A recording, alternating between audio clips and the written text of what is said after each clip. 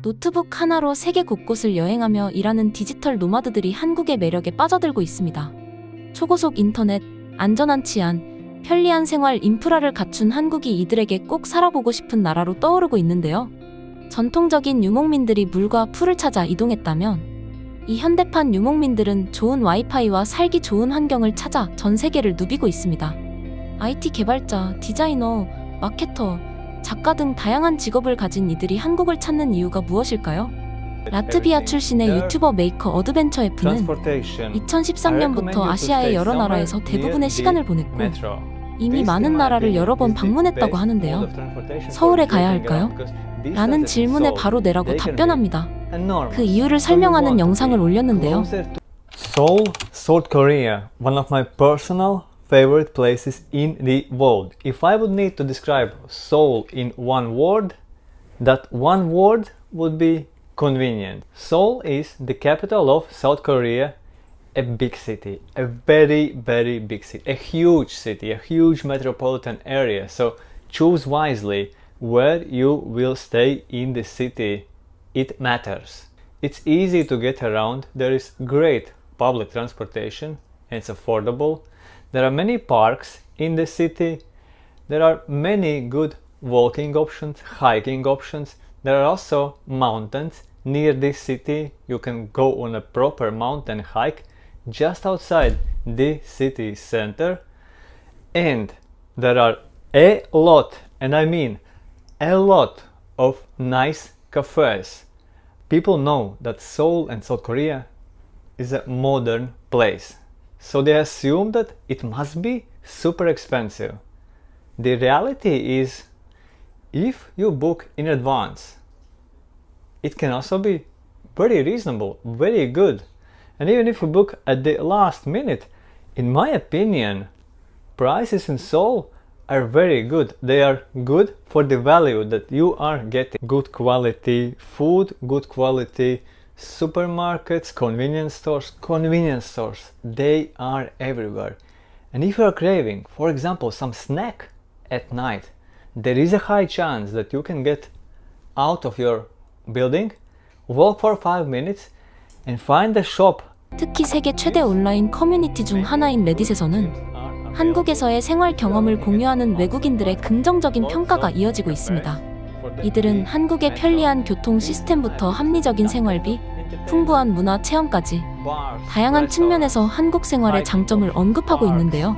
한국 좋아해요. 음식, 편리함, 일본만큼 엄격한 사회적 규칙은 없고 서구화되었지만 여전히 매우 진정성 있어요.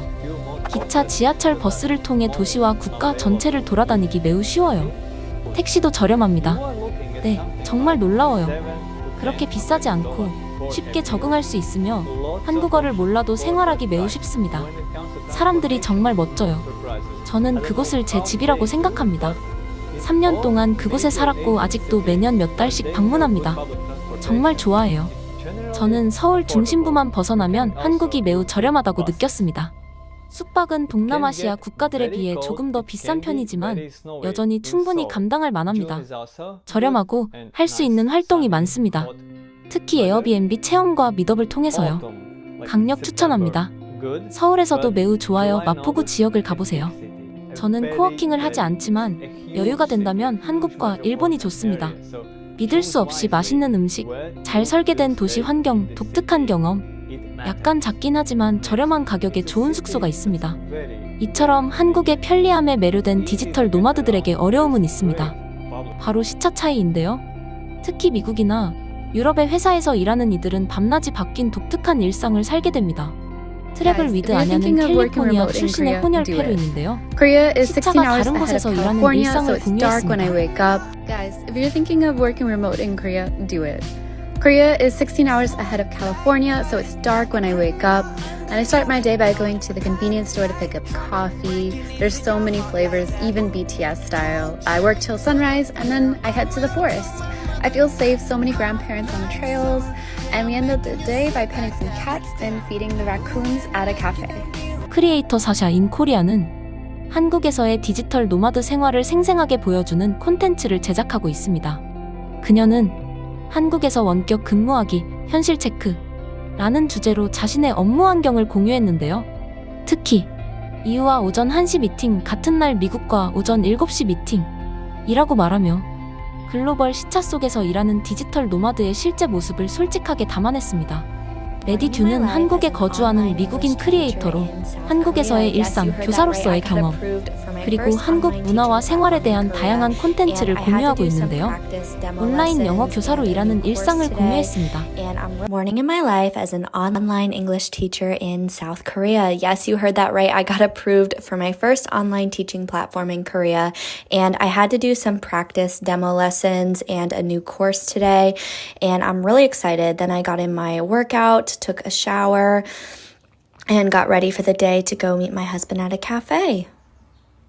전 세계적으로 원격 근무와 디지털 노마드 문화가 확산되면서 많은 국가들이 이들을 유치하기 위한 특별 비자 제도를 도입하고 있습니다.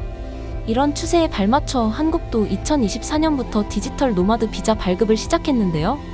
이 제도를 도입한 국가들은 자국 노동시장에 영향을 주지 않으면서도 해외에서 소득을 올리는 소비자들을 유치할 수 있어 경제적 이득을 얻을 수 있는데요.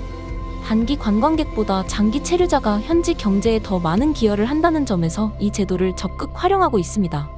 미국의 틱토커 비자 라이브러리는 비자 신청 과정의 복잡함을 해소해주는 전문 콘텐츠를 제공합니다. 한국의 디지털 노마드 비자에 대해 소개하는데요. South Korea introduced a digital nomad visa or F1D visa on January 1st, 2024. This visa allows remote workers to live and work in South Korea for up to 2 years with an initial 1-year stay that can be extended for an additional year. To apply, gather your documents including your passport, proof of remote work, income verification, health insurance coverage, and a clean criminal record. Submit these documents at a South Korean embassy or consulate or convert an existing visa if already in South Korea. The process typically takes a few weeks to a couple of months, so apply well in advance. 한국의 디지털 노마드 비자는 새로운 기회를 제공하지만 모든 원격 근무자가 쉽게 접근할 수 있는 것은 아닙니다. 특히 소득 요건이 상당히 높게 설정되어 있어 논란이 되고 있는데요. 이는 한국 정부가 경제적으로 안정된 전문직 노마드들을 선별적으로 유치하려는 전략으로 보입니다. 소득 시준은 전년도 1인당 한국 국민 총소득의 2배, 즉 66,000달러로 하나로는 약 8,900만 원이라고 합니다. 만약 당신이 연간 66,000달러 이상을 벌고 있다면 2024년 1월에 도입된 디지털 노마드 비자를 신청할 수 있지만 만약 연간 66,000달러 미만을 번다면 디지털 노마드 비자를 신청할 수 없기 때문에 단기 여행 비자로 머물며 3개월마다 국외로 나가야 할 것입니다. 중요하게 알아두어야 할 점은 이것이 세금을 공제한 후에 66,000달러라는 것입니다. 연간 소득 66,000달러. 그래서 그들은 매우 부유한 원격 근무자들만 원하는군요. 달리 기대하셨나요? 그들은 배낭여행자들이 이곳에 정착하는 것을 원하지 않습니다. 영어 교육은 진입장벽이 전혀 없고 기술이 필요 없는 직업입니다. 한국에서는 최저임금으로 적절하게 보상받고 있습니다. 이것을 기준으로 사마 숙련된 소프트웨어 엔지니어와 비교하는 것은 터무니없습니다. 저는 이것이 한국의 평균 급여의 거의 2배에 해당하고 에픽을 통해 영어 교사들에게 지급하는 급여의 3배 정도라고 생각합니다. 60대인 저에게는 66만 달러의 몇 배를 버는 사람으로서 이것은 매우 매력적입니다. 파티를 즐기려는 것이 아니라 높은 생활 수준, 좋은 의료 서비스, 감당할 수 있는 주거비와 몰입적인 문화 체험을 원합니다. 디지털 노마드들에게 한국은 점점 더 매력적인 장소로 자리 잡고 있습니다. 빠른 인터넷, 안전한 치안, 편리한 생활 인프라와 풍부한 문화 경험까지 갖춘 한국은 일하며 여행하는 현대 유목민들의 이상적인 환경을 제공합니다. 비록 높은 소득 요건이 있지만 이제 막 시작된 한국의 디지털 노마드 비자 제도가 앞으로 어떻게 발전하고 이들이 한국 사회에 어떤 새로운 활력을 불어넣을지 기대됩니다.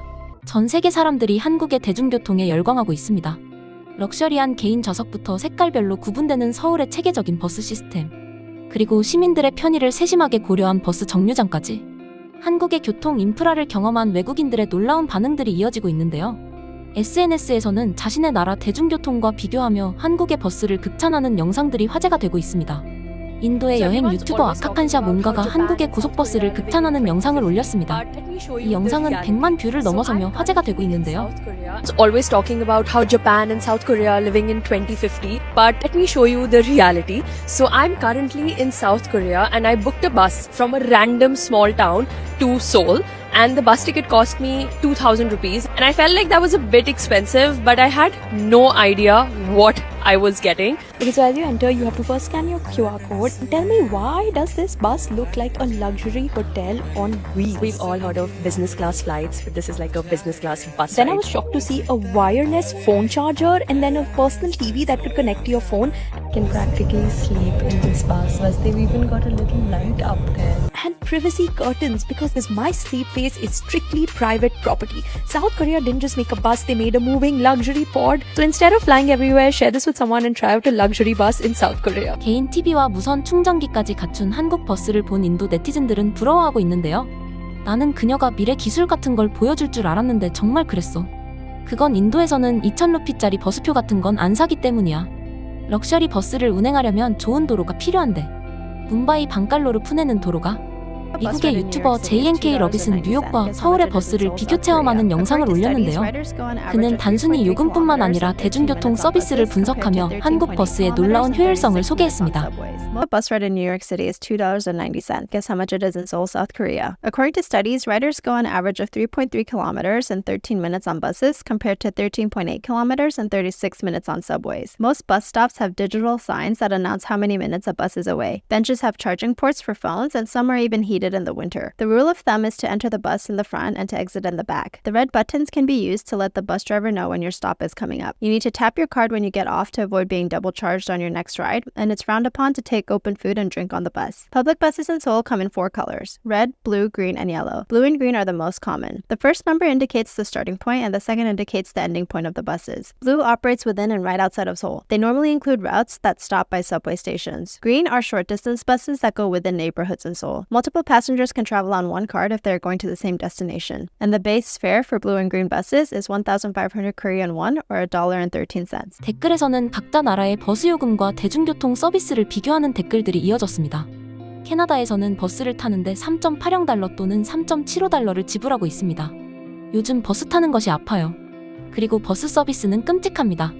프라하에서는 연간 선불카드로 통합 대중교통 시스템 트램, 지하철, 버스, 케이블카, 페리를 다 이용하는데 하루에 0.43달러가 듭니다. 22세 미만과 60세 이상은 스코틀랜드에서 무료 버스 여행을 받습니다. 저는 말 그대로 고속버스와 시외버스 서비스를 이용해서 한 푼도 내지 않고 300마일 이상을 갈 수 있습니다. 뉴델리 인도에서는 여성, 노인, 트랜스젠더를 위한 대중버스 승차가 무료입니다. 또한 버스 요금이 정말 저렴한데 저렴하다고 하면 때로는 몇 센트에 불과합니다.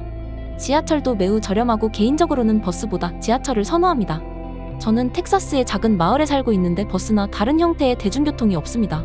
차를 소유하거나 태워줄 수 있는 가족이나 친구가 있어야 하고 그렇지 않으면 직장이나 다른 곳까지 몇 마일을 걸어가야 합니다. 여기 미국에서는 버스 벤치에 사람들이 앉지 못하게 하려고 가시가 달려 있습니다. 사람들이 그 위에서 자지 못하게 하려는 것이지 앉지 못하게 하려는 게 아닙니다. 다른 것들은 그냥 기대어 앉게 만들어져 있지만 누워서 잘 수는 없을 정도로 좁습니다. 남아프리카의 유튜버 한국컬처는 한국 문화를 소개하고 있는데요. 한국의 버스에 대해서 영상을 올렸습니다. This is why buses in Korea are way better than in the US. To make transportation easier for tourists, Korea has painted its buses in different colors. Each color represents a specific route type. For example, blue buses operate on major routes through cities. Green buses are for short distances within local neighborhoods, and red buses connect urban areas to suburban regions. Do you think this is a smart idea? 해외여행 유튜버 FM 아카이브가 한국에서 마을버스를 탄 경험을 공유했습니다. 그는 마을버스 체험이 마치 놀이공원 놀이기구를 타는 것 같았어요. 버스에 타자마자 기사님이 엑셀을 밟는 방식이 아저씨는 봐주는 게 없어요 라며 한국 마을버스 체험 후기를 남겼는데요. 유튜버 배트릭 가이드는 한국의 버스 정류장을 체험하고 충격을 받았는데요. 모든 것이 갖춰진 편리한 버스 정류장을 이렇게 소개했습니다. Korean bus stops are seriously next level. Step inside and you will catch real-time bus schedules along with a CCTV that makes sure you will never miss your ride. In the summer, you are cooled by air conditioning, and in the winter, they've got heaters so you can chill until your bus arrives. And get this, the benches outside are heated, so your bath stays so warm. There's free Wi-Fi, phone chargers, and even wireless chargers. They are even prepared for an emergency with an emergency bell and an automated defibrillator. They've got everything you need, well, except for trash can. 디스이즈 때는 한국의 생활이나 문화를 콘텐츠로 만드는 유튜버입니다.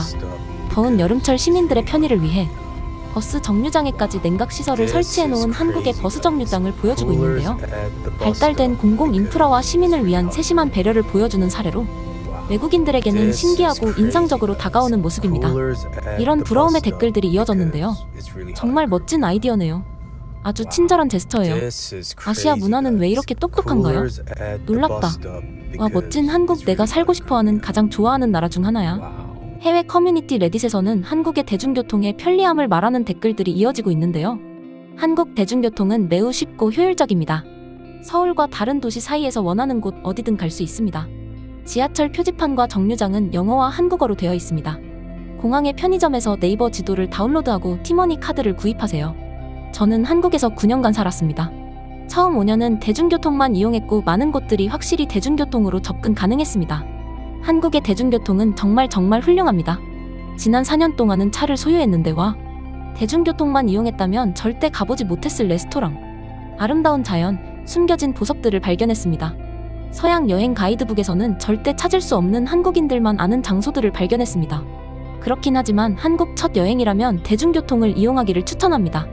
한국은 믿을 수 없을 정도로 인구 밀도가 높은 나라이고 할 수 있는 것, 볼 수 있는 것, 먹을 수 있는 것이 너무나 많습니다.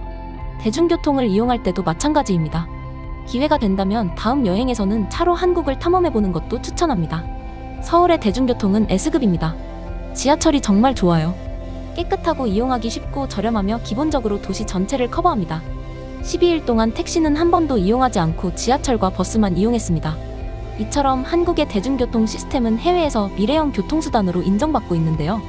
해외 유튜버들이 한국 버스를 체험하고 나서 하나같이 보이는 반응이 바로 충격과 부러움입니다. 특히 저렴한 요금에도 불구하고 최고 수준의 서비스를 제공하는 모습에 한국에서 살고 싶다는 반응이 이어지고 있습니다. 지금까지 극적인이었습니다.